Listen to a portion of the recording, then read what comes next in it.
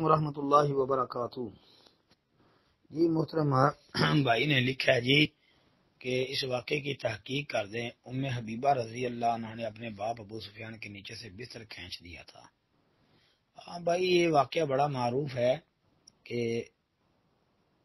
ام المومنین ام حبیبہ رضی اللہ عنہ کے گھر ان کا باپ ابو سفیان آیا۔ ابھی اس نے اسلام قبول نہیں کیا تھا،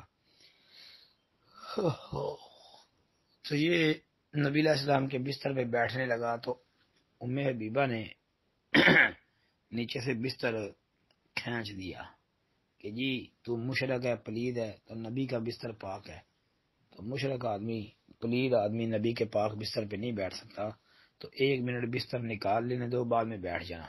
تو انہوں نے بستر نکال لیا۔ تو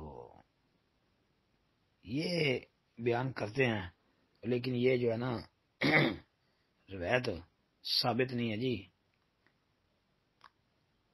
ایک تو اس کے اندر ارسال ہے یعنی مرسل ہے، اور دوسرا اس کی سند میں واقعی کذاب ہے، تو یہ بھائی ثابت نہیں ہے روایت۔ السلام علیکم ورحمۃ اللہ۔